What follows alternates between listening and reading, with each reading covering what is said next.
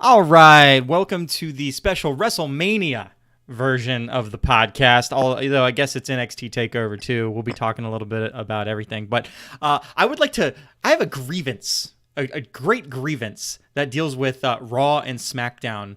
And I realize it's the Raw and SmackDown before WrestleMania. So in some ways, it should be pretty worthless.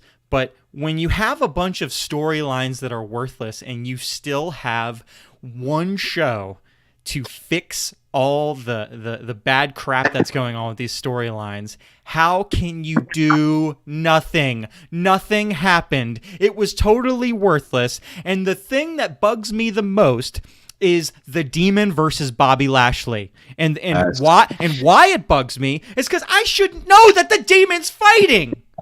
Because if it's going against Lashley, it's already a not great match. So why are you going to ruin the pop of the Demon's music? You've ruined the pop. Everybody knows that he's coming out as the Demon. Unless he comes out not as the Demon.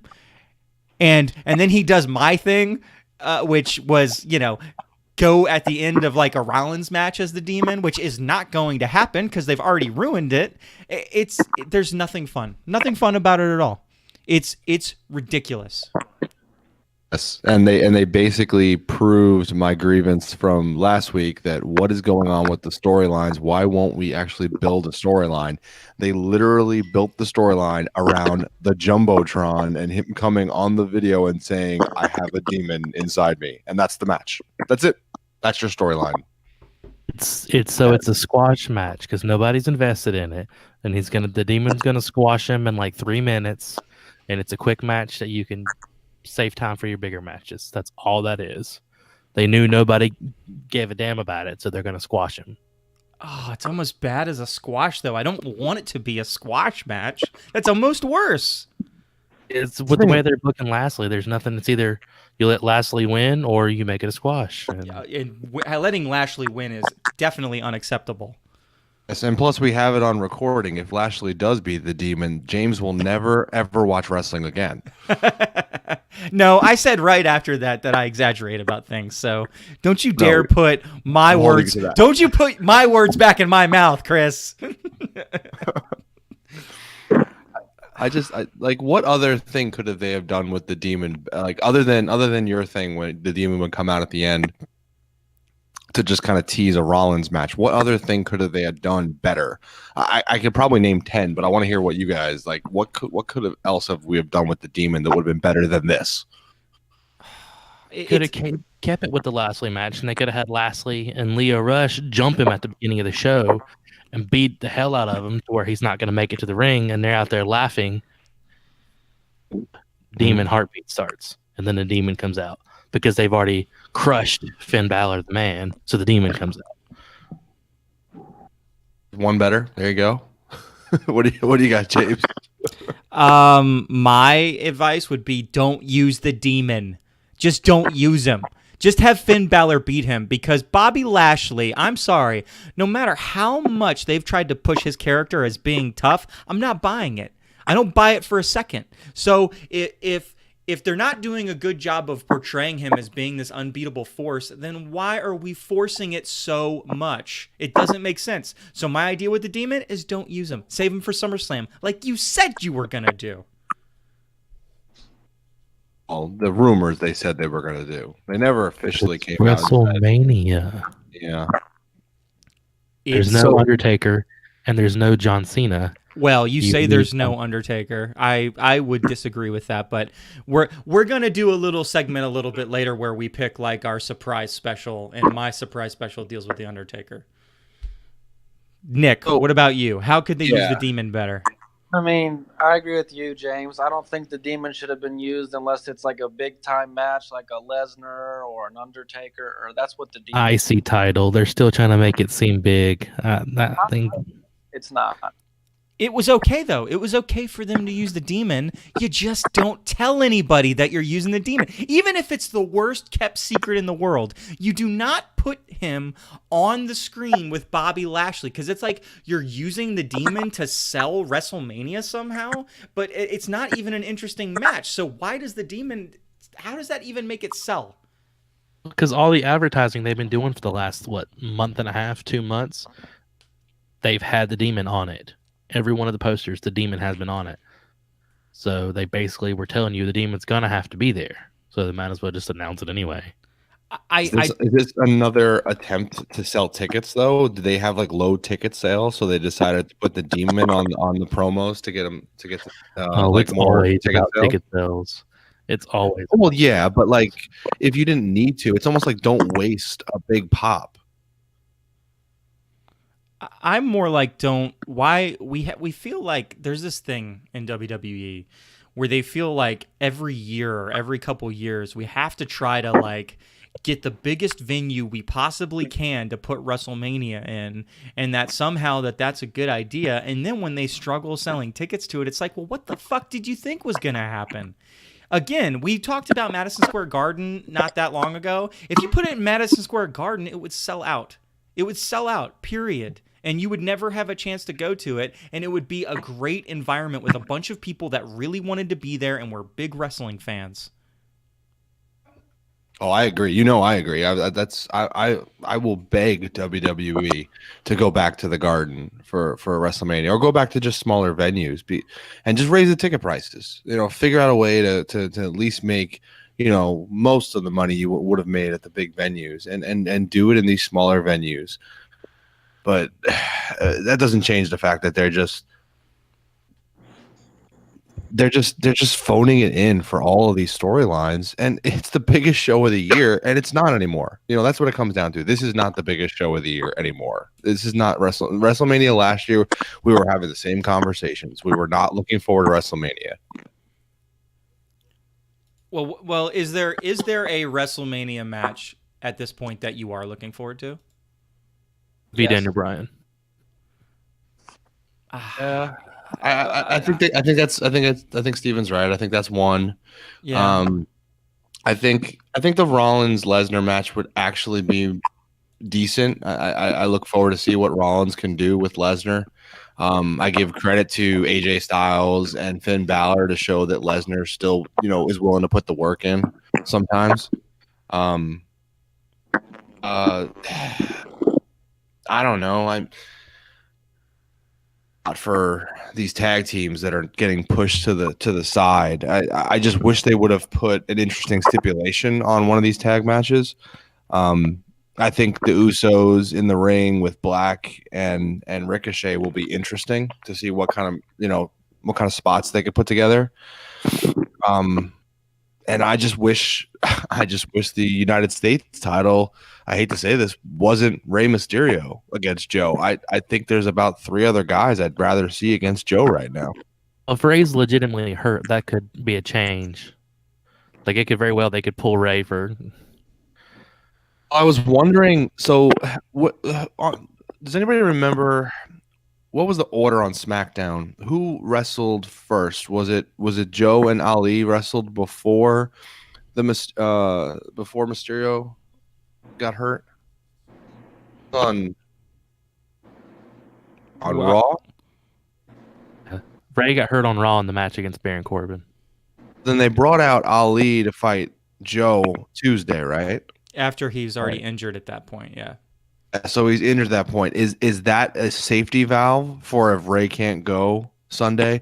They have Ali kind of ready so they almost repeat the storyline of Joe beating up on Ali, right? Yeah, I don't know that they ever cleared. Does he get the spot? I don't know that they ever cleared that storyline, so I would say that's probably a safe bet, and I think it's a safe bet for a good match too. And it could be a way to turn Ali heel, like Joe putting him to sleep could like make him snap, and he attacks Rey and takes Rey's spot in the match. No.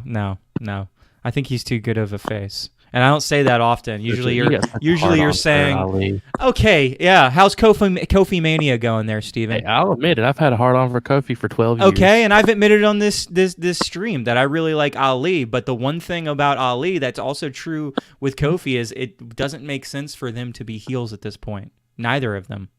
No, I agree. And I think Ali will do a lot better as a face. With him being his Muslim and all his descent and everything, it's going to be extremely hard for them to book him as a heel without I hate to say it, pulling the race issues into it. They're going to be stuck as a face unless they want to go down some. Well, yeah, corner. but one of the things that keeps you as a face sometimes, though, is your ability to take bumps. Like, being a heel is not always conducive to taking lots of crazy bumps, because as a heel, you're usually either a much stronger opponent who's trying to just dominate your competition, right? Or you're using kind of scheming, plots to win matches. So it's very rare that I believe that heels are taking bumps all of the time. I mean, there's always going to be exceptions to that, but I'm just saying classically right now in storylines, you don't see your heels taking a lot of really brutal bumps. Yeah. You guys, speaking of the storyline with Kofi and Bryan with the racial undertones, I didn't even pick that out. And they've been talking about it now in some interviews and whatnot, that there's racial undertones to his storyline right now into WrestleMania. Why does that all of a sudden become a topic? Why can't it just be an underdog, period? Why does it have to have racial undertones? I feel like they're grasping a little bit. It's the black guy going for the title. There's never been a black champion. Then they've been calling him a B+ player. So the black guy's not good enough as the white, not as good as the white guy. So white people are A+ and black people are B+ when it comes to, and people are going to pull that card whenever they see the smallest opportunity to pull that card. It's terrible. It was not needed, but people are pulling it. I don't know that it's terrible. It's kind of cheap pop worthy stuff that I would defend because it's wrestling. Like, who cares? Yeah, make it about sex, make it about race. Who cares if it makes it more compelling of a story? It may not work on you and me, Chris. Well, I'm not sure if it works on Steven and Nick, but I don't think that works on me. But if it helps it work for other people, then good. I think that wrestling can and should be embellished in regards to how it critiques the world. I get that. I just think it's unnecessary in this specific moment of a storyline where everyone's just rooting for Kofi because he's the underdog. It's, he's a black guy and they've never had a black champion, but I honestly haven't been thinking that during this whole storyline process. This is the one storyline that actually I'm never interested in watching. Full black champion. Did you know that women have never main evented WrestleMania before? They're doing it there too. they do it. This WrestleMania is just covered with that. They were backed into the corner on that, and if they would have switched it and made one of the male guys the male matches main event, they would have been hit with the that's not equal. You guys have been pushing them. No, it is equal. It is equal. Let's fucking talk about this because this is driving me crazy, right? I don't want the fact that I've been negative about certain female wrestlers to make me come off as being sexist. I consider that to be equal. Okay? If a wrestler is bad, they are bad. So I personally think that, let's say somebody like Tamina is not a very good wrestler. Okay? But I also tend to think that there are male wrestlers that aren't good either. Let me think of one that sticks out. That would be in any of the kind of your B+ tag team people, they're not really that good. Yeah. They can play good characters, but with the characters they've got right now and the wrestling that they do, no, they're not very good. And there's a lot of men that aren't good, and then there's a lot of women that aren't good. And to say that it's sexist to remove them from the top, what is making that match so much better? What is making that triple threat match so much better than Kofi Kingston, Daniel Bryan, which I think at this point has earned itself the right to go last? Because that is clearly the match, I think, that is going to be heads and tails above everything else. So what about that triple threat match? There's no real gimmick to it other than the winner takes all. Okay? So you've got a unified champion. Okay? Ronda Rousey, she has her character's been okay. The things that they did with the getting arrested, even though they were a little weird, they took a few good bumps, especially Rousey, the one in the car where she slams her head against the frame of the car. Like that was a really good bump. Her character's been good since she's kind of got that pissed off thing going. Flair has been amazing at the promos. The wrestling, it's been okay. And then Becky, honestly, Becky's promos haven't been great, and her wrestling's kind of sucked lately. So I don't know, the person that everybody loves that's going in there is honestly the worst of the three.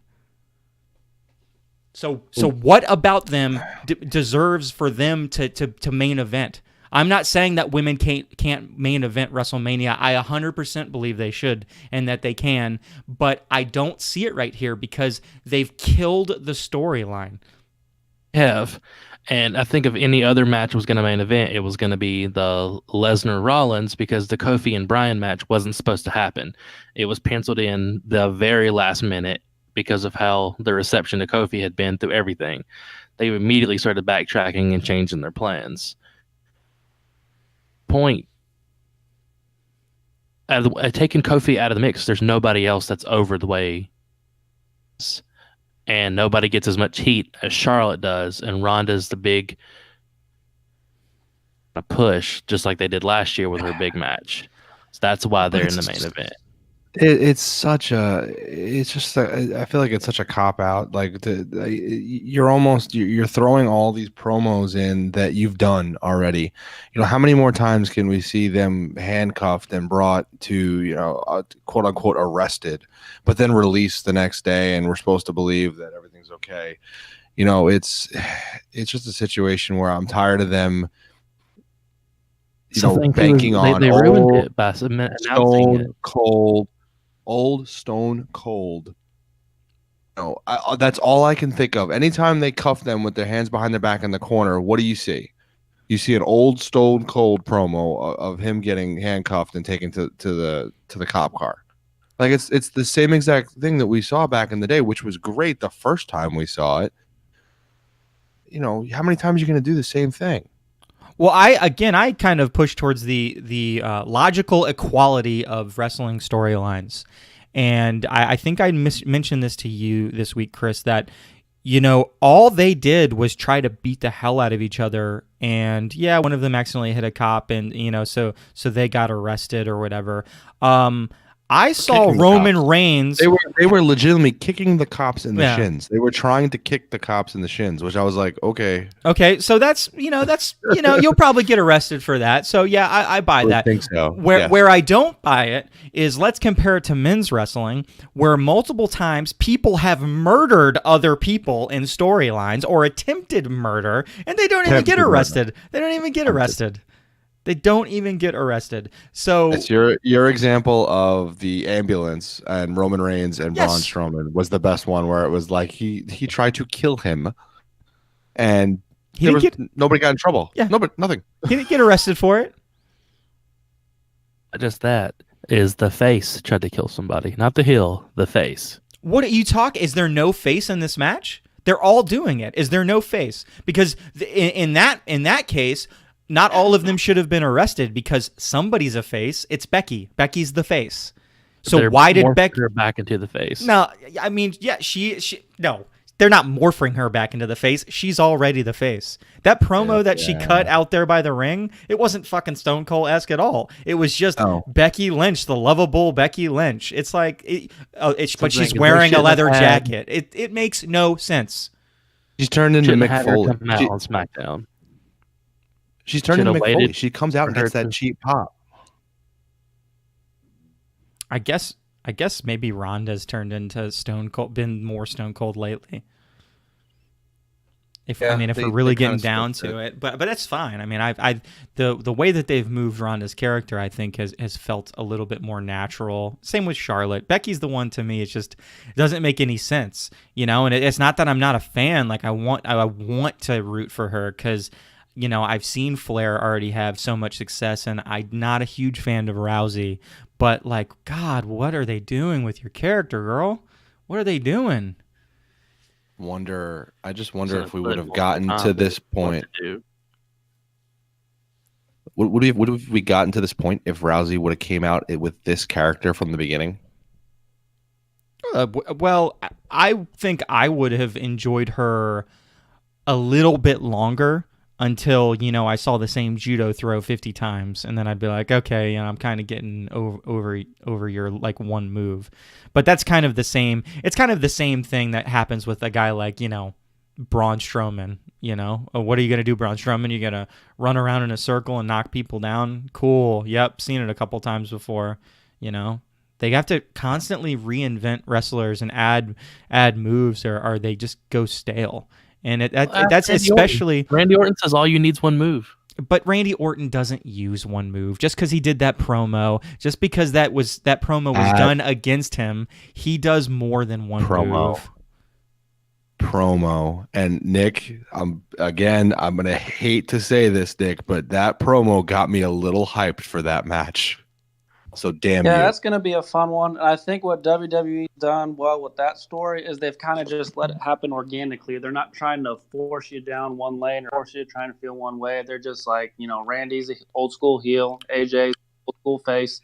Just let them do their thing and let them have a good match. They kind of, with the Becky, Ronda, Charlotte thing, like you guys said, they don't really know what they want to do. It kind of changes on a week-by-week basis, how they portray the character. They don't trust the girls. They don't trust the girls at all.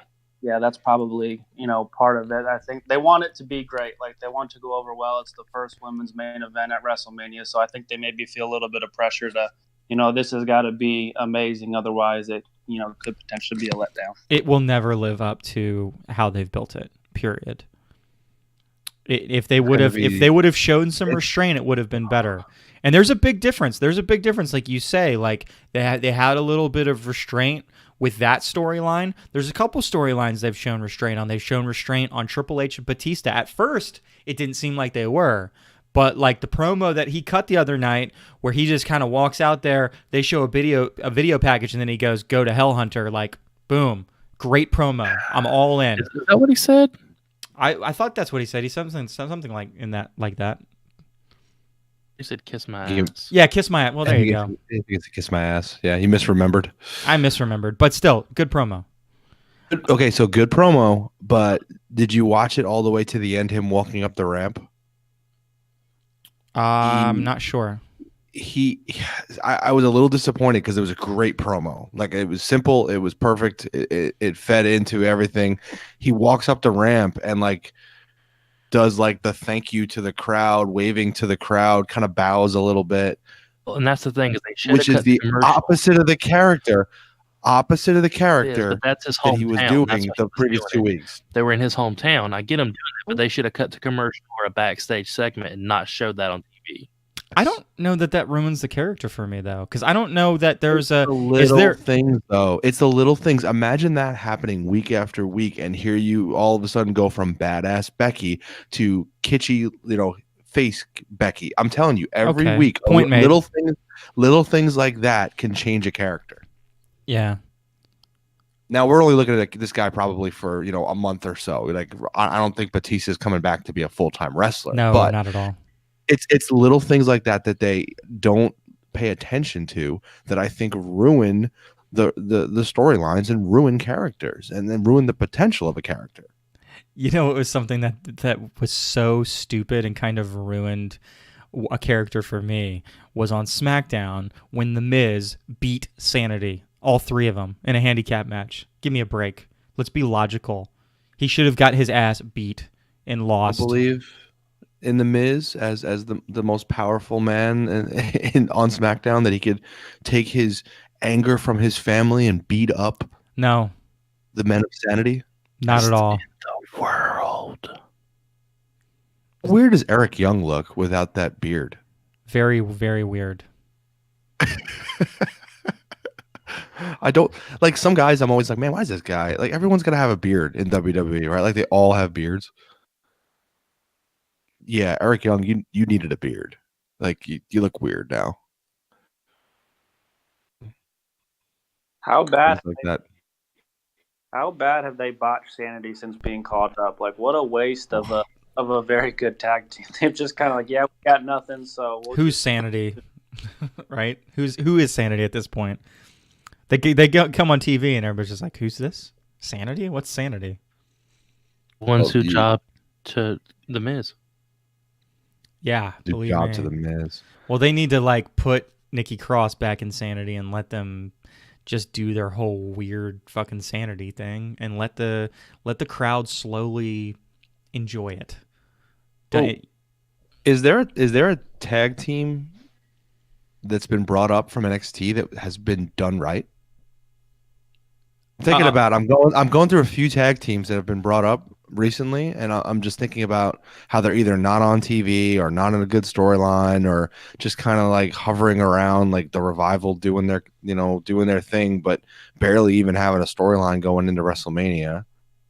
I mean, I guess, and this kind of makes your point at the same time. The only answer to that would be like Ricochet and Aleister Black, which are like the new ones coming up. So they've mishandled a lot of people, and it's taken them a really long time to learn how to like push. It's like, oh, you have them fight on every show, and you don't have them, lose very often, and the crowd starts to react to them. It's just weird. Pretty simple. I don't understand why they can't they're dying for tag teams if you think about it. Like, did you see the tag teams? Because that's all it was in the whole little battle royal thing they did on Raw. The mixed tag one. It's tag teams and women. Yeah, that was the SmackDown one, wasn't it? Yeah. One on Raw where they had like Titus O'Neil like throw everybody out. Oh, which yeah. Again, so the guys in there were part of a tag team, the B team. I mean, even Titus and Apollo were kind of a tag team for a little bit. But, all these guys are, tag teams, and that's the best you got. Like, better tag teams out there that you're not pushing. Move Sanity over to Raw. Put them over there and let them, have some matches with some guys. They could be interesting. I could see Sanity, even having a face run for a while. Put them up against the Revival because people love to hate the Revival. I don't know if they'd be willing to do it for story purposes, but I would very much like to see Sami Zayn come back and KO and Sami just run as a tag team for a while before you mess with their storylines too much. What are they doing with KO? Nothing. I don't know. Maybe he's in the doghouse for some reason. Doesn't have anything. He doesn't have a storyline. He was supposed to be Kofi in Kofi's spot at Mania, but with how they did Kofi, that's where they pulled him and did KO at Fastlane, and then now he's just kind of floundering because his storyline was dropped because of Kofi. And Ned floundering? That's wow, really.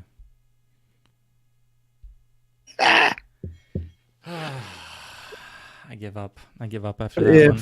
What if it's floundering? What if helps Adam Cole?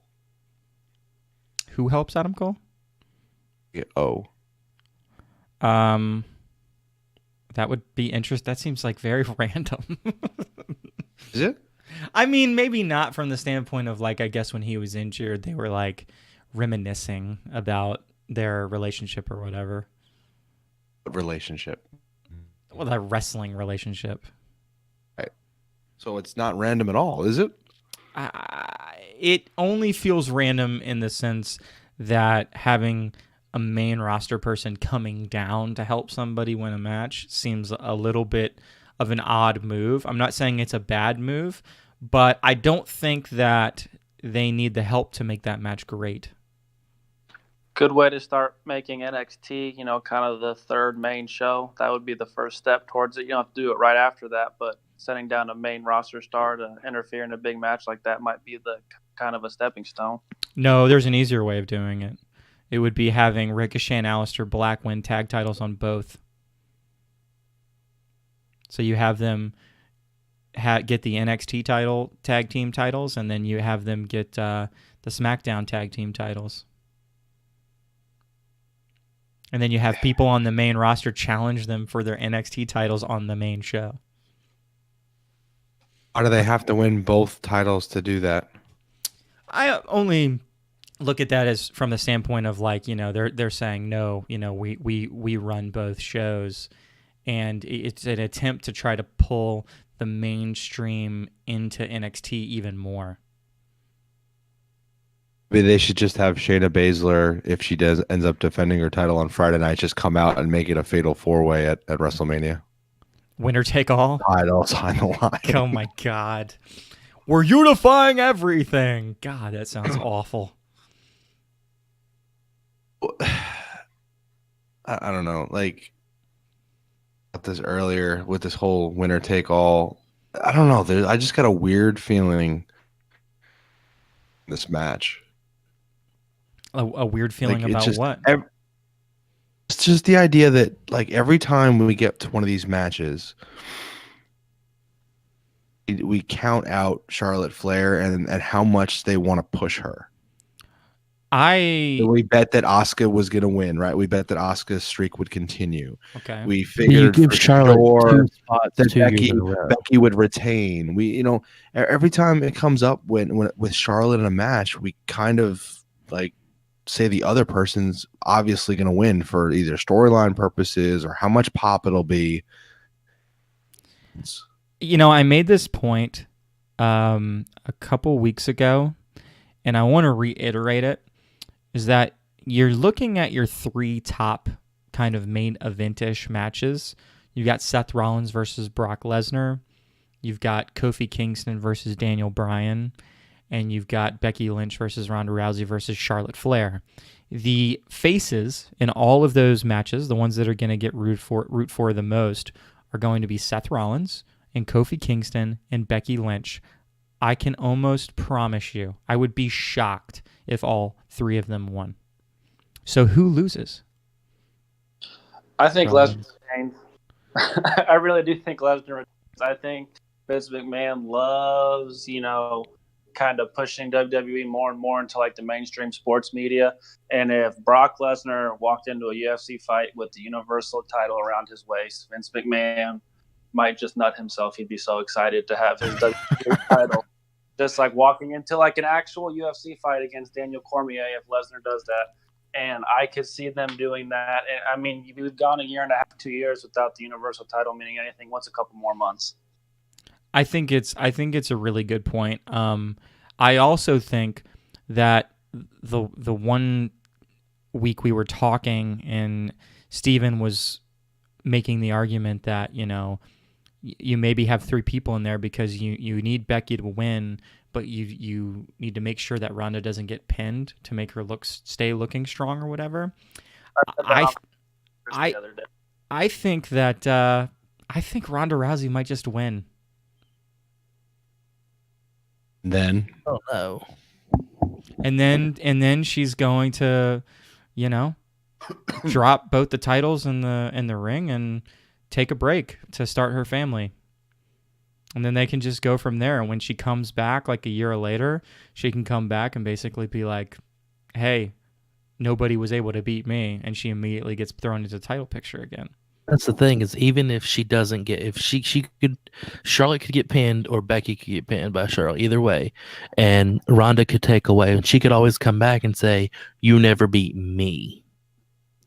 Well, That would be true. Yeah, but I think it's more powerful for her to hold both titles and then just to drop them and be like, I don't That's a slap in the face to the women if you do that. Is it? That's her running promo.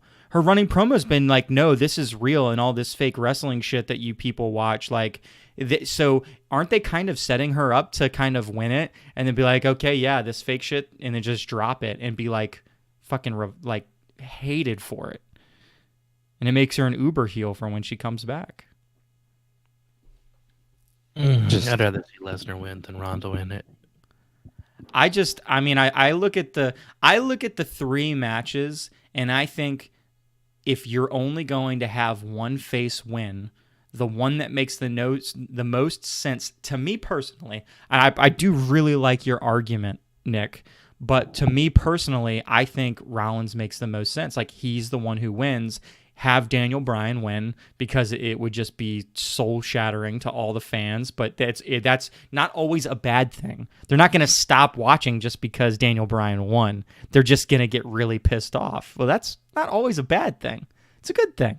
And then have Becky lose to either Flair or Rousey. I think both options are better than having Becky win at this point.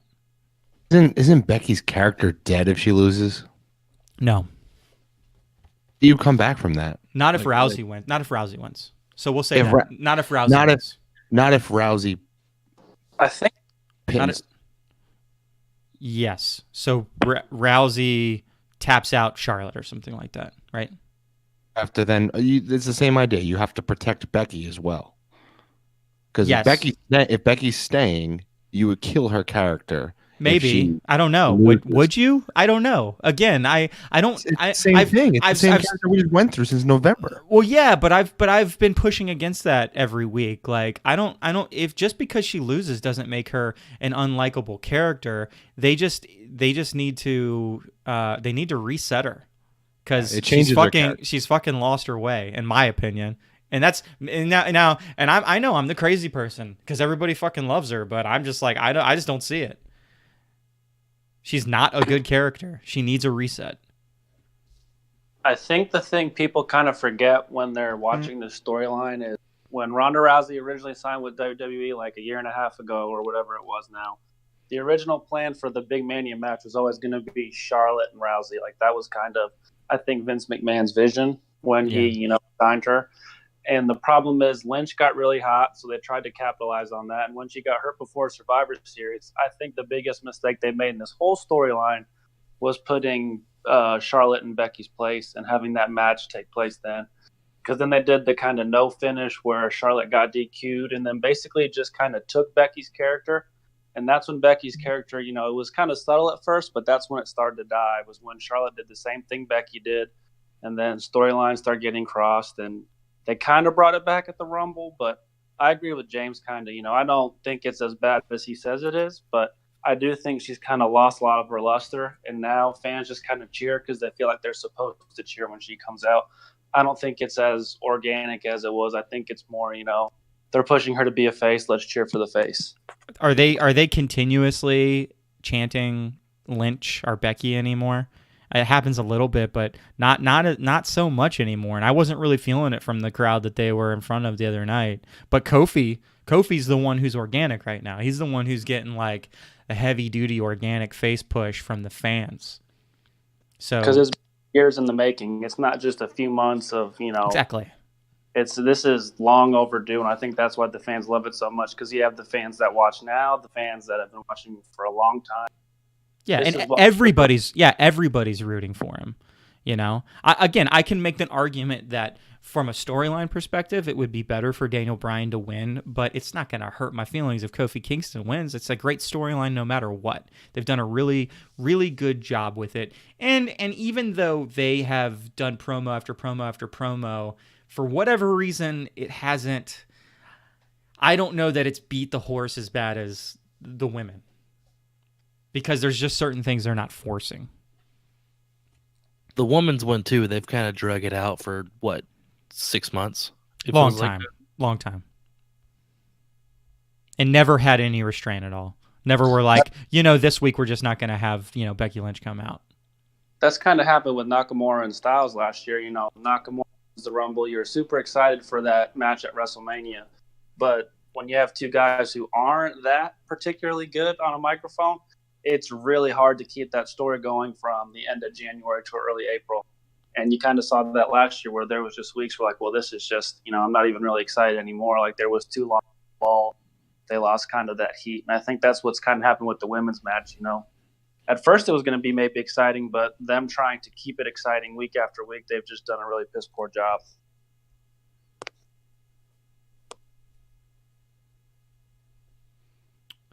Yeah.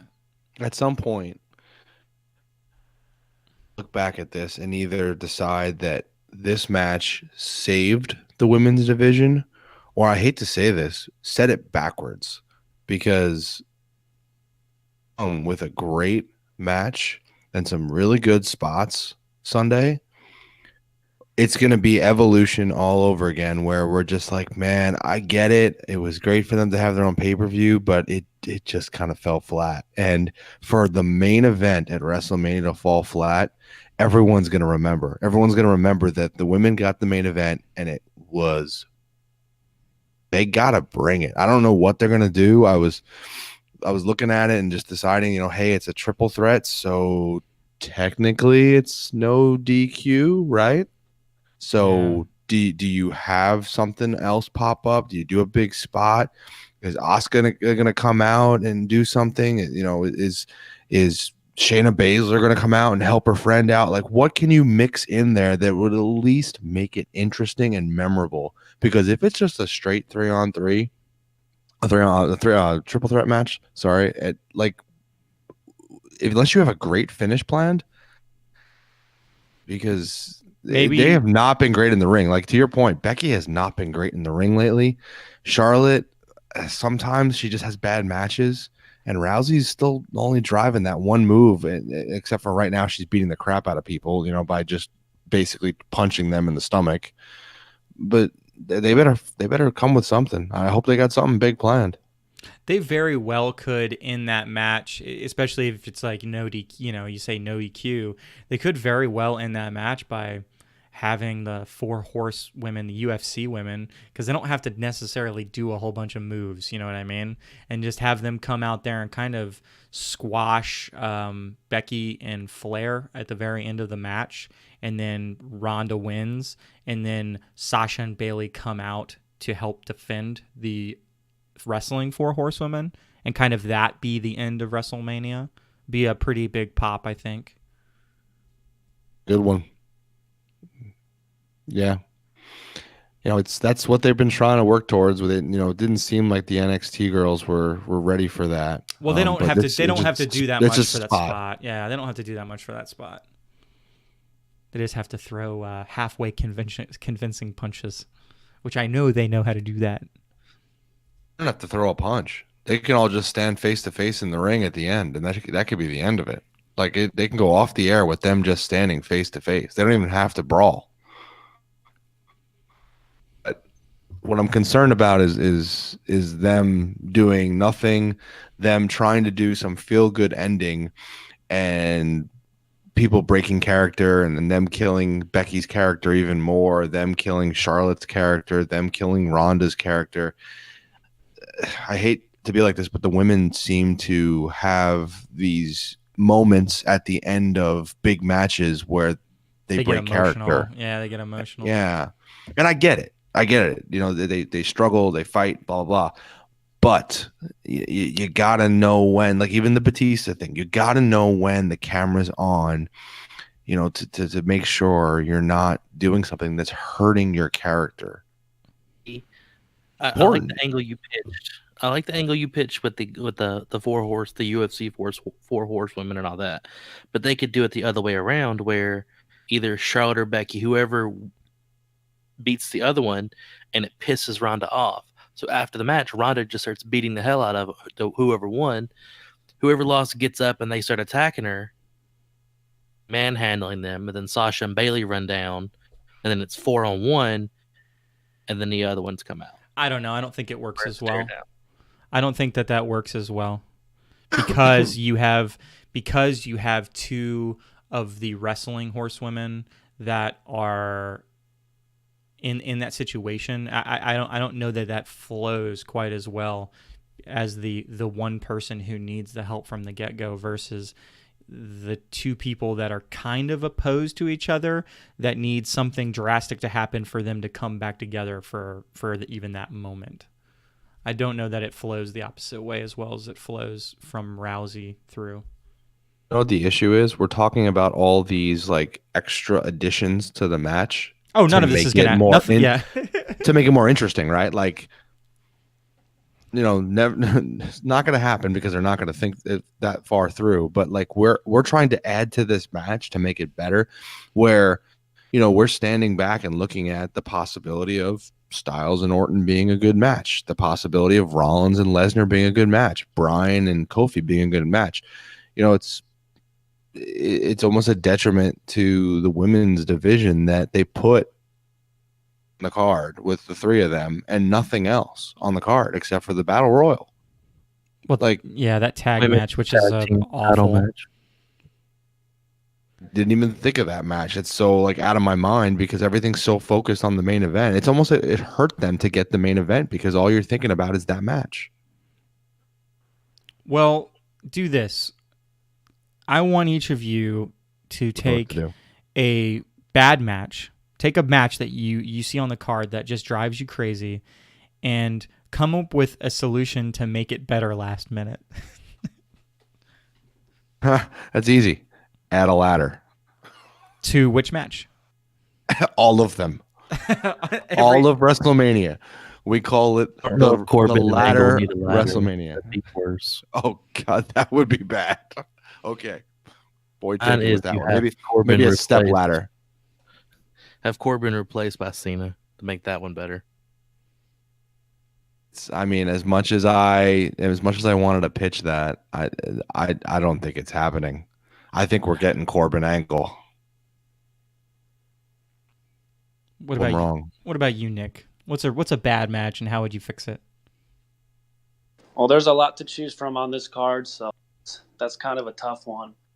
I agree, though. I think Angle deserves a better. No disrespect to Corbin. I mean, he's a good heel, but I do think something with Angle, his farewell match, like they built this story. It kind of got pushed to the back burner with the Corbin GM thing, with just so much other stuff going on.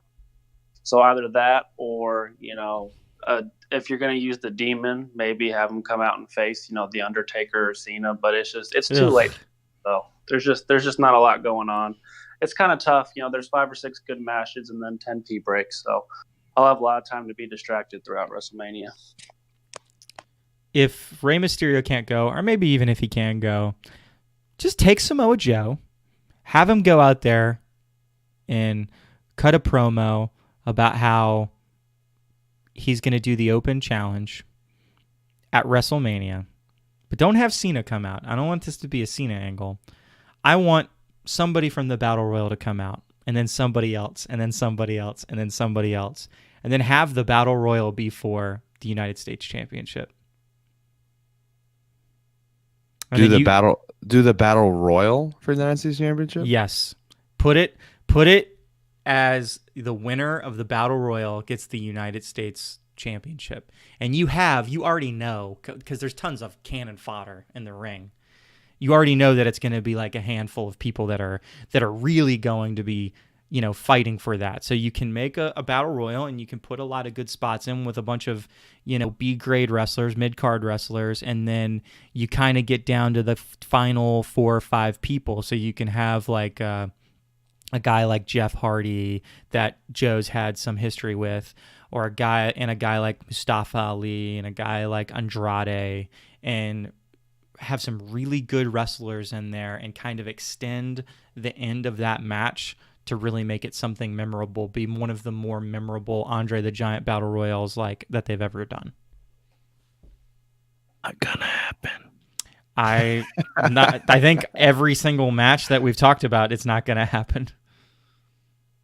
Still think there's a chance Cena comes out and takes on Angle, but unfortunately I think it's going to be more simple if Cena's there. I think he's going to just interrupt Elias or something. I actually don't think that that's going to happen. Well, the problem is again, we've talked about this, like, don't you need Angle to lose his last match?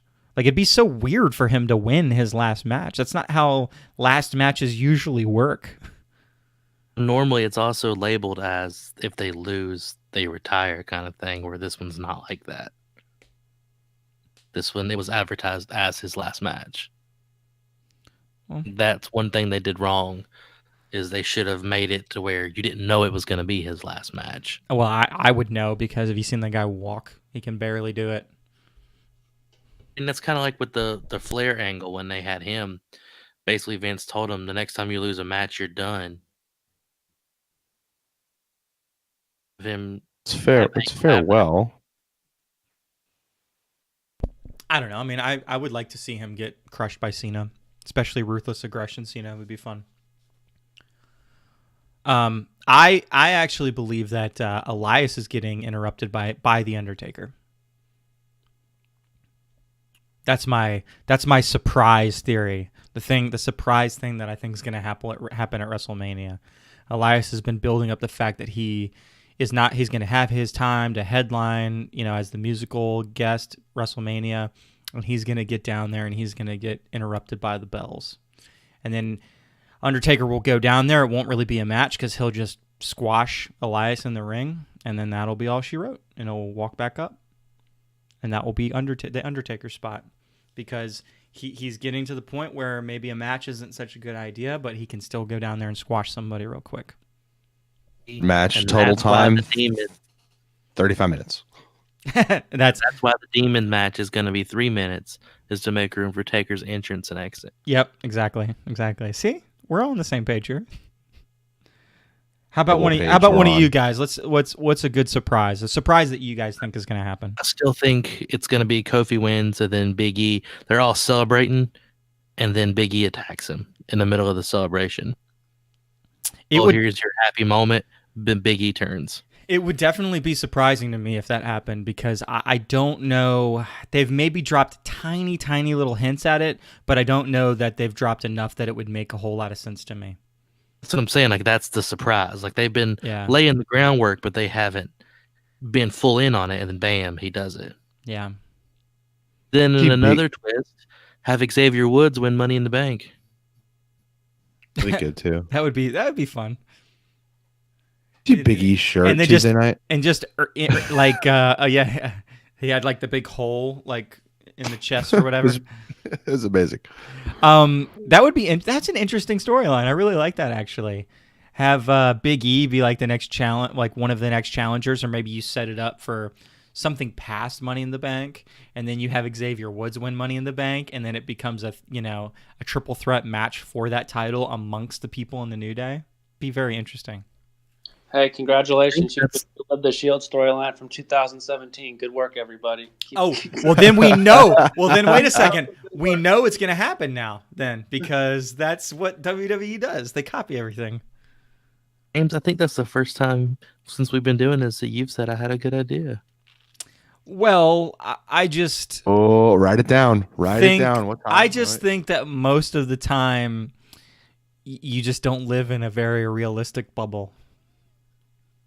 I think that WrestleManias have proven to me, and this is to go back just a little bit earlier in the conversation, that we can't have all these faces win. You still got to do what's best for storyline. And especially between Becky and Kofi, one of them needs to lose, because it's best for storyline for one of them to lose. So pick your person to lose. And I could be totally wrong. I mean, if they really want to do it for the fans, then that's fine. But I think I would enjoy the storyline a lot more if one of them lost. Well, it'll be telling, because depending on where the matches actually like come on the card, figure out that if these go back to back or very close together, you're not going to get two faces over or they're that close together. They're going to try to spread it out. Maybe in the front of the show, a big pop in the middle of the show, and the big pop at the end of the show. I doubt they're gonna put them back to back or close together. You get the Kofi Daniel Bryan match followed by Lesnar Rollins, and then the main event. Well, because you think it's gonna be face heel face. They do.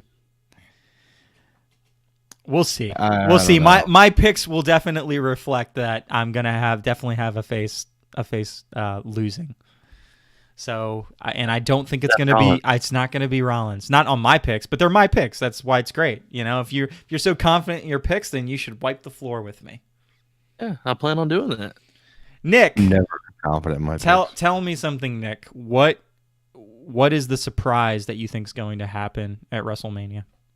Well, the more I think about it, you guys have talked about the first women, and I could see WWE doing a Ric Flair, Charlotte Flair, father-daughter to close the show. Maybe Ric Flair comes out and Charlotte pull one over. I mean, that would be terrible when you're pushing this, all women's main event thing. But I could see WWE doing it. The first Money in the Bank women's match, they had, what's his face, Ellsworth take it down for Carmella. So they've done stupid stuff before. But I really just can't think of one kind of where I think is realistic. I always love an NXT call-up. I feel like that could be fun, like in the Joe Open Challenge match, bringing out someone from NXT. I liked Steven's idea with the New Day thing because I've been calling a New Day, implode for like 6 months, 9 months, something like that, and it hasn't happened. It's due, so I would like to see it and be right eventually. But there's just nothing that really sticks out outside of what you guys haven't said. Cena filling in for Corbin, or Elias and Undertaker's little program that I think is highly probable. The style of promos that I think would really work together. You mentioned the Joe doing the open challenge and having an NXT call up. How good would a Velveteen Dream Samoa Joe matchup be? Amazing. It like the way that they interact with other people. Like, I think that fits so well because Joe would just be going off, and then Velveteen would be wearing like all his like Samoa Joe gear that's personalized to Samoa Joe. It would be amazing. The amount of different, promos he could cut with the word dream in it both ways would probably be amazing. Oh my gosh. I have not expressed this on the podcast before, how much I am a Velveteen Dream fan. He's probably my favorite wrestler in WWE right now. And even after meeting him? We met him, and it wasn't like it was like we met him and we met Adam Cole. Adam Cole was so cool. Velveteen was a little bit more like student of the game, don't take my picture, kind of like, there for the kids, but definitely like not showing me or Chris any love, even though I'm wearing a Velveteen Dream shirt at the moment. Because Velveteen is got the personality of like the Attitude Era Shawn Michaels. He's got the confidence. He's all about himself. He's got the charisma about him. He's great. He is great. Historian too. Yeah. Now that being said, I love Adam Cole too. Adam Cole's great. Does Velveteen's character get over on the main show? Do you think they have to keep him as hot as he is on NXT, or do you think his character would just die with how out there it is and with how? I don't think it would die. Not with the gimmicks he does. Not with the gimmicks he does. The problem is it's a character that takes a little bit of commitment, and that's something they're not good with. Because he's got to be able to go out there and just do that character, and even though it's not probably going to get over right away, you're going to have at least half the fans at any given arena that are going to be going crazy because it's Velveteen Dream and he's like super over with wrestling people. That's what I'm saying. If you throw him into a beautiful storyline right off the bat, like if him come up the Raw after WrestleMania, throw him into a feud with Finn Balor for the IC title right off the bat. The matches, because I think they would have some wonderful matches. Or let him and Seth Rollins have some matches. Oh, you're talking heel Velveteen, right? Oh yeah. Well, that confidence is so much better as a heel. Well, you do it the same. Well, you do it the same way, though, right? You do it the same way that he did it on NXT, where he was a heel, and then the fans transformed him into a face. You just have to do that over again because the mainstream fans are not gonna really know who he is, and maybe not really buy into the character. But once he like does a couple like funny kind of goofy things, like people are gonna be on board, and they're gonna face push him. So, just let it happen naturally. Yeah, but they don't usually do that. Look at Bobby Roode. Bobby Roode was a great heel in NXT, and they brought him up as a face, and they've kept him as a face, and it's honestly killed his character on the main roster. I don't disagree with that. They've mishandled lots of NXT people. Velveteen Dream, though, and I don't think Vince is stupid to this. Velveteen Dream is kind of like the next big thing, and there's a lot of people in the industry that have said that about him, including somebody like John Cena, who's like a big fan of Velveteen Dream. I think the reason he hasn't shown up yet is because they're just being very, very careful with him. He's got he's got a huge career ahead of him because he's so young too. Yes, right? So absolutely. They got time. So he's only getting better. So they don't need to rush him. I mean, if he comes up, I'll be super stoked if he comes up. About as stoked as I was for Ember Moon when Ember Moon came up. You were pretty stoked. I was stoked when Ember Moon came up. Huge fan. She makes her return in the Battle Royal, by the way. I think that'll be a pop for you, James. That would be great. And it should be her and Asuka at the very end of it. And it doesn't. I mean, one of them, like maybe she should win it if she comes back. And then you start the Asuka Ember Moon feud, and there doesn't need to be a title involved because apparently they want to unify titles anyway. So just try to make good matches. I guess I think the thing they're going to do with the women is like they have to prove that they can have a bunch of good matches before they distribute all these titles out to them. And I think that that's a good idea because they haven't really been proving themselves lately. That prep match for the Fatal 4-Way at WrestleMania for the women was so bad, and it was across the board. Sasha looked awful. Bayley looked awful. The only person, and this is going to sound a little bit backwards, but the only person who really looked good, whereas really two people, and they both took bumps from Beth Phoenix. I don't think Beth Phoenix looked overly great, but I think she had two people take really good moves that made her look better.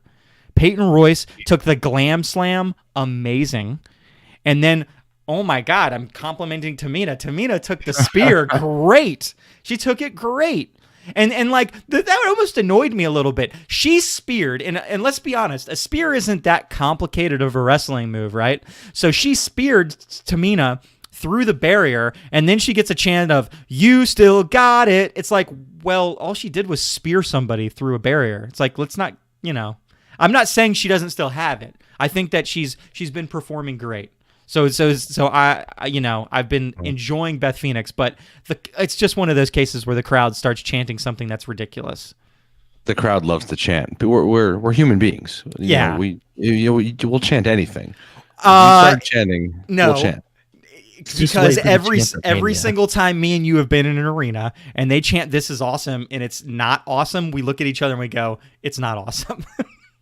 But that's what I'm saying. They'll all chant "This is awesome." They'll all chant something ridiculous. The biggest chance that's going to happen at Mania is the Joe chant when Joe comes out for the U.S. title match. It's going to be thunderous with how everybody does Joe anyway. Yeah. I think Adam Cole's going to be in the Battle Royal, and when he comes out, Bebe chant for Adam Cole. There's so many people in the Battle Royal already, though. Like, how many people? You can't really add too many more people. You know what I mean? The thing is, they said there's going to be NXT people, but they haven't advertised them. Yeah. One person. The person who's going to win the Battle Royal. The return of Bray Wyatt. I hope so. I love Bray Wyatt. The back after Mania, I think Sami Zayn comes back and wins the Battle Royal. The reason I said Bray is because Matt's the defending Battle Royal champion. It is. So all the better reason to have Matt get far into it. Bray returns thinking that Bray's going to help Matt. He actually dumps him over the ropes. I think that sounds wonderful. Yes. It's like he's going to do it, and then Sammy comes out. And he starts helping KO, then he dumps KO over at the end to win it. Everybody's got like their own taste. No, you're wrong. This is what's gonna happen. All right, well, I didn't get to do my surprise. Yeah, thing. do your surprise. I have mentioned this, and it involves the Battle Royal. This is out of left field. I hate this one, by the way. I'm putting it out there. You hate it because it sounds right. It sounds so right. A little guy called Mojo is going to return in the Battle Royal. He's going to be in the Battle Royal, doing as well as you think Mojo would do. And then another guy who might know Mojo called Gronk will be in the Battle Royal. And the two of them you think will be buddy and working together. But Gronk is going to dump Mojo out in the Battle Royal, starting a Mojo versus Gronk feud, leading, I guess, to a match at, let's call it a SummerSlam. Ugh. I hate that so much, but it sounds like something that the WWE would do. That's terrible. If that happens. Doesn't it hurt? It's like you go, no, that would, actually it might happen. I mean, it's possible. I put that at like 65-70% that actually. Yeah, I would. We were talking about just randomness and random things that could happen, and it came to me, and I had to jump on it. That's so bad. So bad.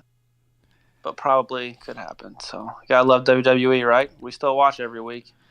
I know. It's like, even if it's horrible, I'm going to watch every horrible moment of it and then look forward to complaining about how horrible it was next week. Oh man, you were going off about Raw, but we all kept watching. Well, yeah, it's funny. Like you quit. Like, you went to bed. I watched the whole damn thing, and it was just awful. Like, the last text message I sent people on our text chain was, "Is WrestleMania really going to be this bad?" Question mark, question mark, question mark. Yes. Sorry, I didn't answer. Yeah, believe me, I know. Because then right before SmackDown started, I'm like, all right, guys, one more show to fix a couple storylines. And I was thinking Samoa Joe storyline. They could have turned that into a really great match. But what? No ladder match? Takeover. At least there's Takeover. I mean, I feel like we always do this before the big pay-per-views, except the Rumble. It's like, okay, great. At least there's Takeover before it. You know, at least we can look forward to a great card for Takeover. And then whatever happens at WrestleMania, hopefully it at least leads to an interesting Monday Night Raw and SmackDown, because they'll have, you know, a big call up or a big pop on one of those shows. Like, again, we talk about doing like a WrestleMania weekend. What do I always say? I'll go to NXT, I will skip WrestleMania, and I will go to Raw and SmackDown, because it just seems that WrestleMania tries to be bigger and crazier and amazing, but not out of like a storyline or interest, more out of just size. Like, they're just going for size. They're not going for anything that is entertaining. 1,000 people in the arena, great. You're going to make the most money you've ever made at WrestleMania, but are you actually entertaining the people that are there? Like, I'm going to watch on Sunday, and I'm going to try to pay attention to if the crowd is even into these matches. Like, how many full minutes is the crowd into the match, and how many full minutes is the crowd literally just staring at aid to watch, which is a freaking pee break match between the Demon and Bobby Lashley for what, 3 minutes? The Demon is in a pee break match. Oh my gosh, what is coming to the world? It frustrates me so much that we do this every WrestleMania. But last WrestleMania wasn't this bad. Last WrestleMania had a couple very disappointing matches, but it also had a couple really good matches. I just like, it's this the good matches from last WrestleMania. I've got to pull the card up. Hold on. Give me 1 second. Asuka and Flair. Yes, the last WrestleMania had swerves. Lesnar and Reigns. I don't know. We didn't expect Lesnar to win. So Cedric Alexander, Mustafa Ali was a good match. Well, time out. I am looking forward to any 205 live match that they put on any card. Yeah, this is true. Buddy Murphy, Tony Nese is going to be that's a dark horse match. The problem is, it's like, are they going to do the right thing again? Because I think no, it was on pre-show last time. It's on pre-show. It's on the main card as of now. It's on pre-show. I think they said it's on pre-show. I heard earlier it was on the main card, but they were talking about moving it if they needed to cut time. Oh my gosh, it would do so well. And I know this, you might disagree with this, because sometimes you want to put a really good match as your first match, but they should get the first match at some point. The 2 Battle Royals and the 205 live match are the pre-show. 2 Battle Royals and the Raw SmackDown titles. The Raw Tag Team titles are pre-show. So they changed it, because originally it was the 205 live, and they snuck in the tag title match. Probably be the first match of the night. Well, I don't know. They could open up the night with a title match, like a world title match. Okay, so I'm looking at this card from last year. Okay, you've got the Andre the Giant Battle Royal, that was won by Matt Hardy. Bray Wyatt returned. You had Cedric Alexander beating Mustafa Ali. I remember that being a pretty decent match. was good, but they've had They had better matches. Yeah. This is true. I remember it being kind of a letdown, but it was still an okay match, right? The women's battle royal having Naomi beat Bayley. I remember that being very bad because it looked like Bayley was just going to win, and somehow that felt right, and then they like swerved it, and it was like didn't feel good after that. Did nothing with it. Seth Rollins defeats The Miz and Finn Balor. I recall that being a pretty decent match. Good. Flair versus Asuka. I remember that being a pretty good match. Intercontinental title match was good because it was a ladder match. Just throwing that out there. Jinder Mahal defeats Randy Orton, Bobby Roode, and Rusev in a fatal 4-way for the United States Championship match. Mm-hmm. Kurt Angle and Ronda Rousey defeat The Authority. That was a good match. We were excited about Rousey at that point. Yeah, because we thought that was going to be a bad match, and it ended up being pretty good. Bludgeon Brothers defeat the good match, or was it because we expected it to be bad and it wasn't as bad? No, it was a good match. It was telling a story. I mean, we were just hoping she could wrestle, and she did a really good job, in that match. Yeah. Bludgeon Brothers defeat the Usos and the New Day. I don't really remember that match. I have to assume it probably wasn't good because I can't remember any of it. Undertaker versus Cena was awful. Ooh. Daniel Bryan and Shane McMahon defeat Kevin Owens and Sami Zayn by submission. Match. Nia Jax defeated Alexa Bliss with Mickie James. Horrible match. AJ Styles defeated Shinsuke Nakamura in a singles match. Remember that match being okay. Braun Strowman and Nicholas defeat Cesaro and Sheamus. Stupid. And then Brock Lesnar defeats Roman Reigns, which was a weird match. That match was just weird. So I would say, so that's 14 matches on the card, and I would say about a third of them were decent. Whereas I look at this card and I'm just like, nothing looks good. But do you know what the difference is? A lot of those matches you just mentioned had more than like a week or two of storyline lead up time, right? Sure. Like those were matches that I think were being worked from the previous pay-per-view all the way up to WrestleMania. I would say that sounds accurate. Yes. We're not putting together matches. That's the biggest difference, I think, this year to last year, and a lot of previous years. They're not putting the time in for storylines.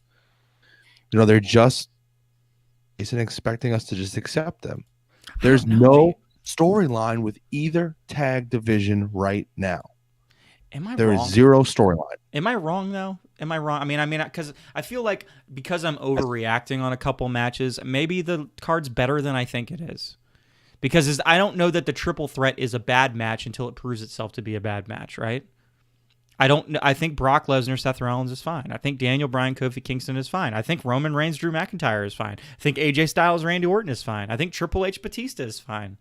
Bobby Lashley and Finn Balor could possibly be an abortion of a match, so I'm not sure about that. Samoa Joe versus Rey Mysterio, who knows what's happening? I'm not excited at all about the women's tag matches. The Miz and Shane McMahon, from week to week, they've got me excited and then not excited and then excited and then not excited, and it ends with me not being excited right now.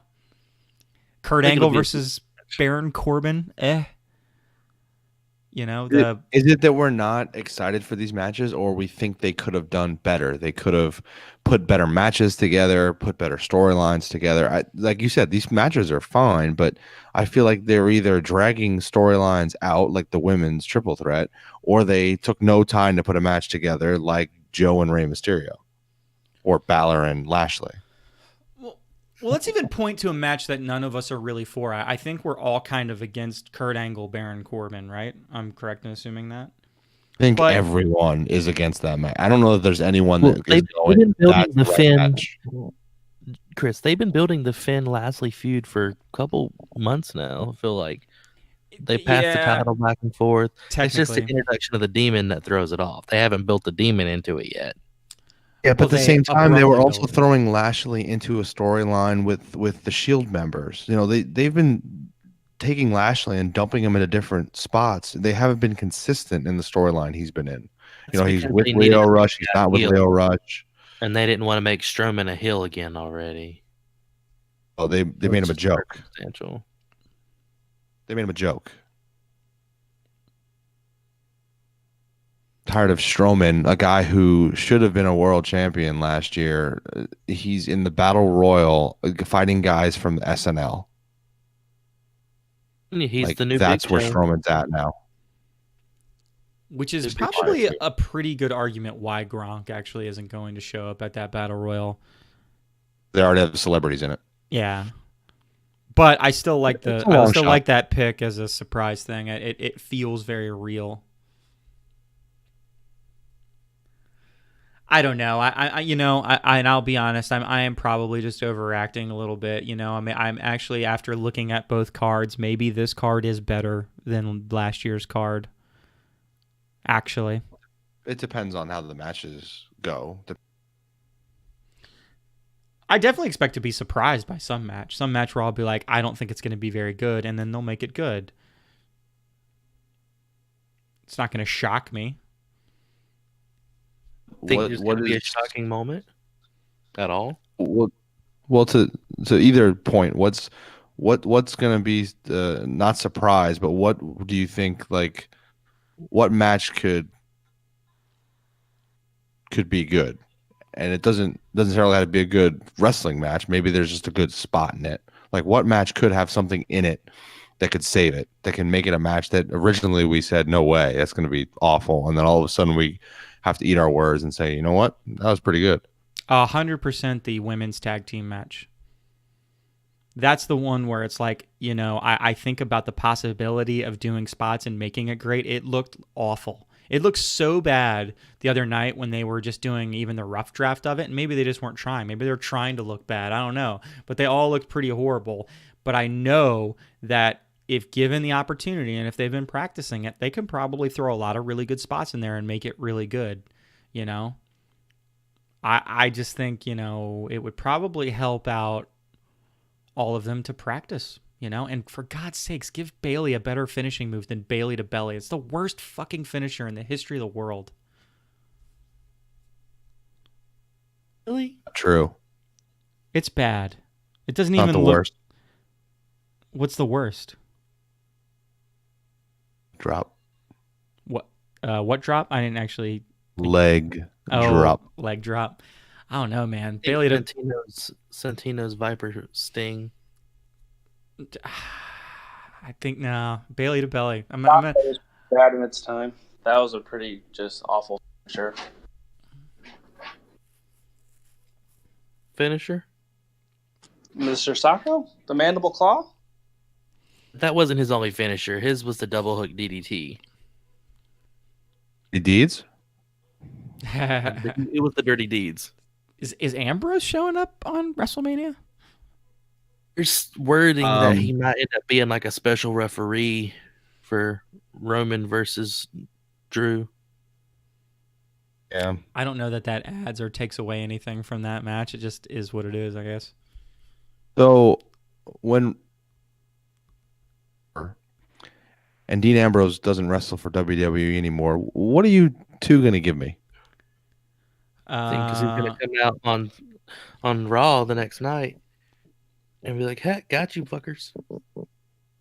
Oh, there's definitely some drinks involved for whoever ends up being right in this situation. I'm still standing firm that I think he's really gone. The problem is it's 2 versus 1. So either you're buying, you're either getting 2 drinks or you're paying for 2 drinks. It's like I'm getting 2 drinks. Oh my gosh, get the fuck out of here. Hey, Nick, hurry up, get over here. I got an extra drink for you. $500 referral and an extra drink. It's a good day to be Chris. All right. I don't think he'll leave and go to another company with his wife being a television presence. Wrong. I don't know that matters. There's plenty of wrestlers that have their significant others on other shows. All right. Are any of those shows WWE? Adam Cole and Britt Baker. That's NXT. It's a little different. I believe it's owned by WWE, but it's owned, but it's a little different. Let me Google it. some of the NXT people still do some independent things, and they do different appearances on their own, and it's a little different than the main roster card. I've got another question for you guys, a fun question. Typically, after WrestleMania, you usually have at least one call up. So, who do you think's getting called up? Velveteen. That's your one pick. What about you, Nick? Who do you think's getting called up? Oh, man. I feel like I was gonna say Aleister Black or Ricochet good if they win the SmackDown tag titles, but that doesn't count. So I'll go Velveteen too. I think he drops the North American Championship to Riddle and then gets called up the next week. What about you, Chris? In saying that, I don't think Riddle's ready, but I think he gets the belt. Yeah, I mean, having a belt on NXT, even if you're not ready, is not always a bad thing because you're still in NXT, so you're still wrestling in developmental. True. I think it's time for, and this goes against what I picked, to be honest, but Undisputed to come up.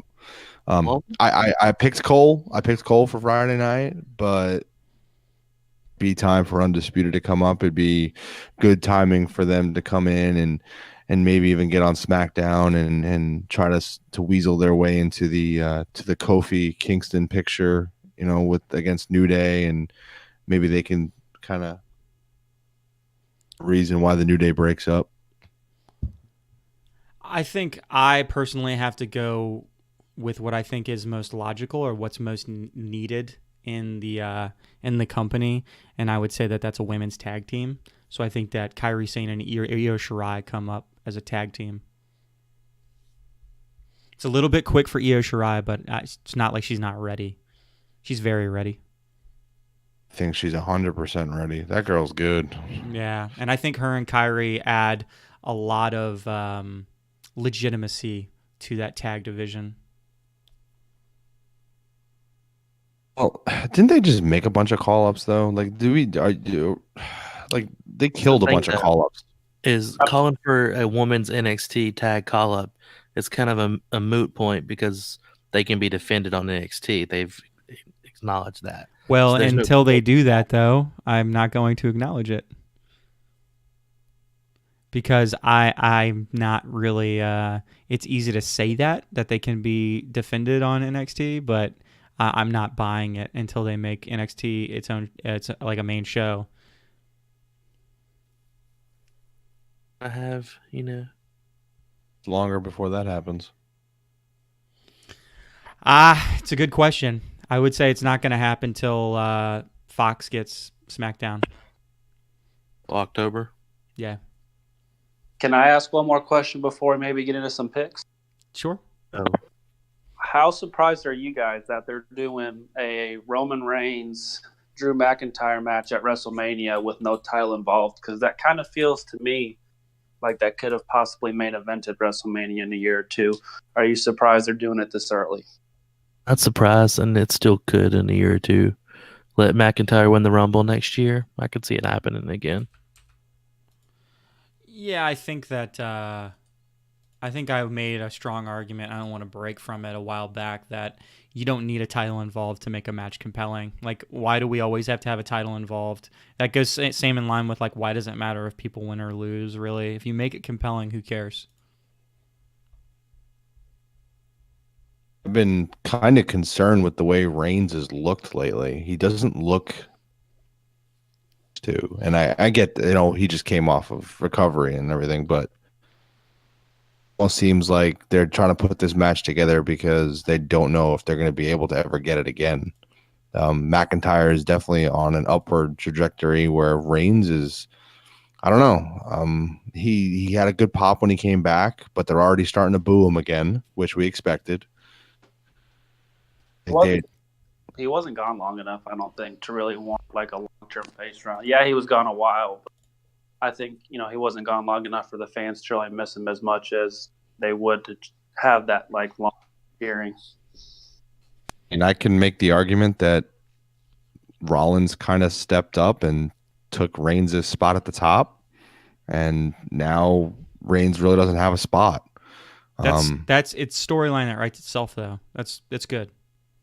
That's why the turn makes sense. Yeah, if you turn him at some point down the line, not right away, take your time, and let it happen organically. It could be good down the line, but I don't know. They haven't wanted to turn him in the past. They haven't never turned Cena again. So what's to say they're ever going to turn Reigns heel? Way to keep Ambrose and have it be the other way around and have Reigns turn on Ambrose. I think that works best. I think that would be the best heel turn that they could put together, because obviously Reigns wants revenge on how terrible Ambrose was to Rollins when Reigns went away. I think they could work that in, and Reigns could look really vicious, and I'm sure Ambrose could take a beating. I've seen it happen. So I think that's what would work. I kind of don't get why they're doing this match, McIntyre and unless there's some swerve in there that might involve Ambrose. Yeah, and accidentally causes Reigns to lose, and then Reigns goes berserk and love him. I have a hard time believing Reigns goes. I don't know though. I don't know. I kind of want him to heel turn, but I don't know if him going berserk right off the bat is good storytelling. Okay, so we're gonna do this pretty rapid fire. Only speak if you really have a hard point on each of these matches. I'm gonna start with the Takeover card. It's going to go Nick, then Steven, then Chris, then myself. You guys ready? Yep. All right. United Kingdom Championship between Pete Dunne and Walter. Nick. Walter. Dunne. I also believe it's going to be Dunne. NXT Tag Championship match between the War Raiders and Aleister Black and Ricochet. War Raiders. Black and Ricochet by DQ. War Raiders. I believe it's going to be the War Raiders. North American Championship match between Velveteen Dream and Matt Riddle. Riddle. I believe it's going to be Velveteen. Fatal 4-way match between Baszler, Bianca Belair, Kairi Sane, and Io Shirai. EST, because the lady standing tall at the end never usually wins. Right. You said Io Shirai? Io Shirai. And I'm going to agree with Nick. I think it's Bianca Belair for sure. EST. 2 out of 3 falls match. Johnny Gargano versus Adam Cole. Can't pick against my favorite wrestler, Adam Cole. Gargano. Okay. Hey, Bay. I'm going to go with Johnny Wrestling. Okay, so that's the NXT card. So now we've got the... match of the weekend, by the way. 2 out of 3 falls. Yeah. Match of the weekend, yeah. Probably. Match of the weekend. You can't have Johnny when it's not against Ciampa. I'm sorry. Like, that would just... You built too much to have him not beat Ciampa to get his first title. I've got to say that I think match of the weekend is going to be the tag match between the War Raiders and Aleister Black and Ricochet. I think they're going to put it all out on the line. It's not Cole Gargano. It's going to be RKO and AJ. There you go. All right. Okay. Well, all right. So let's go with the WrestleMania 35 match card. We'll start off with the Women's Battle Royal. Mandy Rose, because I love her. Ugh. What's wrong with you? I don't know who I picked anymore. Riot. Ruby. The dog thinks that's an awful pick.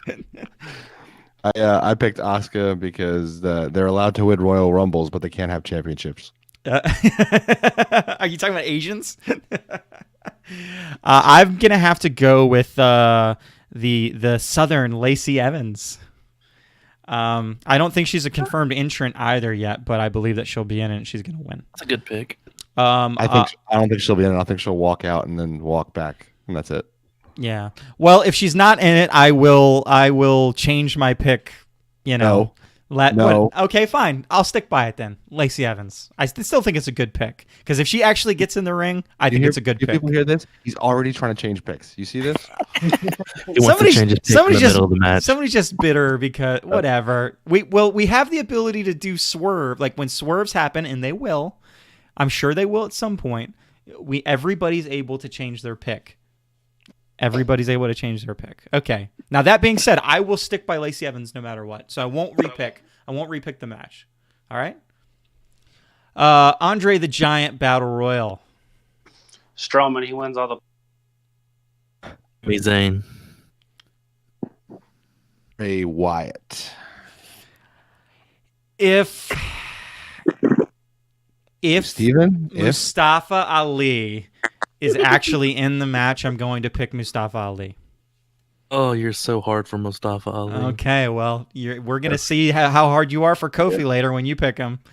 Okay, Cruiserweight. Gonna be the champ. Cruiserweight Championship between Buddy Murphy and Tony Nese. Murphy. Nese. Murphy. I'm going to pick Nese because I really like the idea of Nese winning. I think that really is good storytelling. Same. Yeah. He's a Long Island boy too. Yeah. The Revival versus Zack Ryder and Curt Hawkins. Revival, I guess. Edgeheads, Hawkins and Ryder. Oh, definitely Hawkins. He finally gets a win. They do lose the next night though. Pre-show, I'm gonna say Revival wins and Curt Hawkins blames Zack Ryder. Heel turn. Okay, so SmackDown Tag Team Championship. Usos versus Ricochet and Aleister Black versus The Bar versus Rusev and Shinsuke Nakamura. Ricochet and Black. I don't know why I put by DQ on my picks that I sent. Sorry. Usos. Ricochet and Black get their first titles on the main roster. I would agree. I think it's going to be Ricochet and Aleister Black. It's the pick that makes the most sense, and the Usos are overdue for their punishment. They just signed a new contract. You guys are wrong. They just signed a new contract. So they're locked in. They don't need to win. Kurt Angle versus Baron Corbin. Farewell match.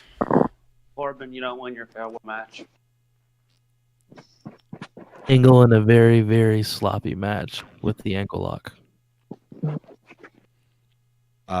Angle, and I don't want to pick Angle. I want it to be some other swerve, but I don't think they're gonna do it. So Angle. I really like to pick Corbin here because I really like him just destroying Angle and that being Angle's last match, and I really like the idea of that. Fans would hate it. I would love it. Let's go. The Miz versus Shane McMahon falls count anywhere match. Miz, and that could be your match with a big spot. Of course, because it's Shane McMahon. But I think the Miz takes the big spot, not Shane. Yeah, Miz, and I think he does Shane's move onto the table, and that's how he wins. I mean, I'll choose the Miz because Shane McMahon's just he loses. That's what he does. he gets people over by losing. Women's Tag Team Championship match. Banks and Bayley versus Phoenix and Natalya versus Nia Jax and Tamina Snuka versus the Iconics. Boss time. Champs retain. Yeah, that's right. That's right, boss time, Stephen Hill. You pick Sasha Banks. Going with Natty and Beth Phoenix. I think she's got the itch to be a wrestler again, and I think they win the titles and give a little bit of a run to them. I like the idea of your first set of true devious heels winning the tag titles. So even though I don't think that from a wrestling standpoint the Iconics deserve it, I'm going to pick the Iconics to win.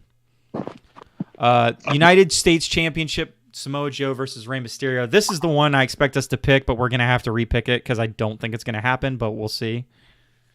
If it stands, Joe. Matter what, Joe. Oh. It's got to be Joe. Joe all the way. Intercontinental Championship between Bobby Lashley and Finn Balor. Demon.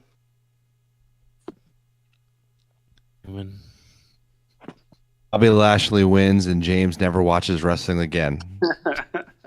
Wow. No, I'm kidding. The demon. I'm kidding. The demon. Yes, I agree with the demon. Like that match almost seems silly. Triple H versus Batista. No holds barred. Triple H's career is on the line. Batista.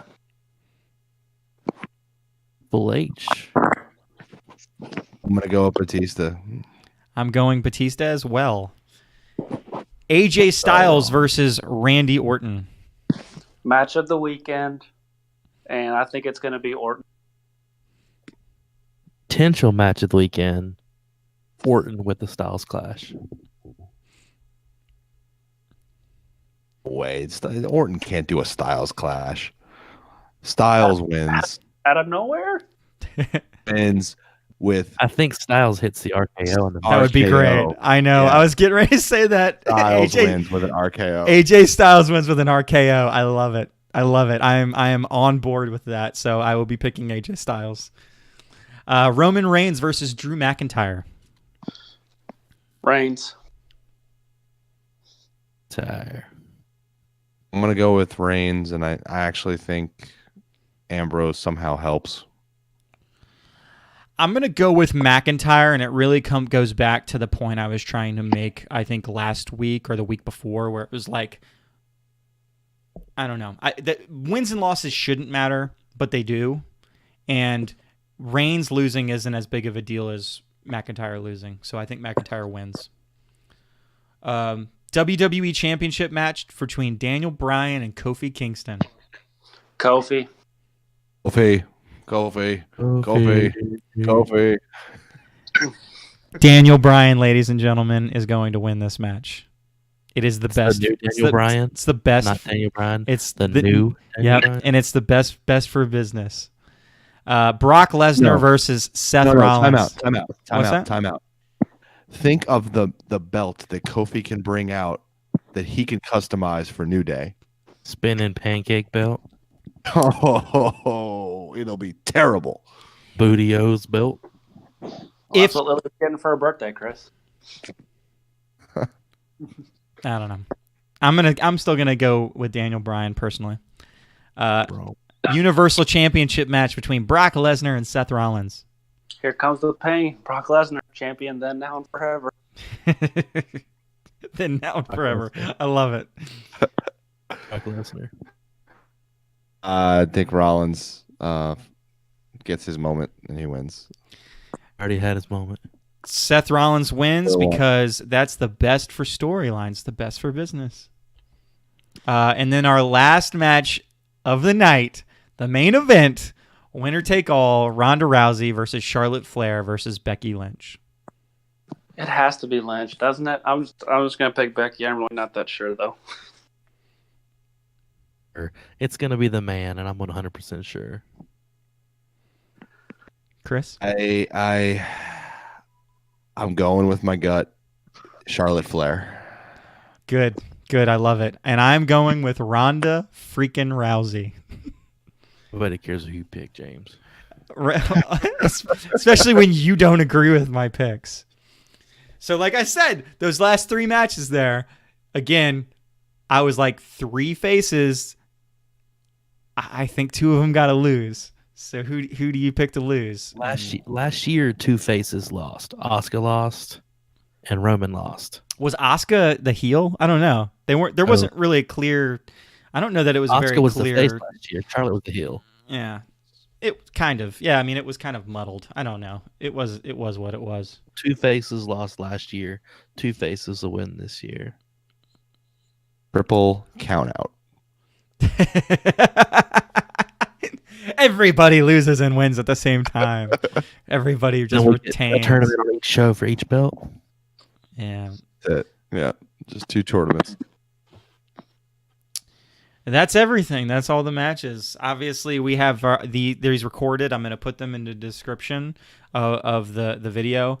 And then, as I mentioned before, like there are going to be a few swerves, and so we will personally pick swerves, and I'm sure we'll talk about how it all shook out and who won and who, how James cheated. Yeah, we'll talk about all that. Okay. So you're not gonna change a pick if something happens? Because they're locked in. Okay. They're I mean, locked we can lock them in. You guys want to say they're locked in, and then whenever there's a swerve, we don't get to pick anything. We just lose. Sure. Okay, that's fine. I need your threats. Only way you're gonna just lose is if both participants are taken out of it.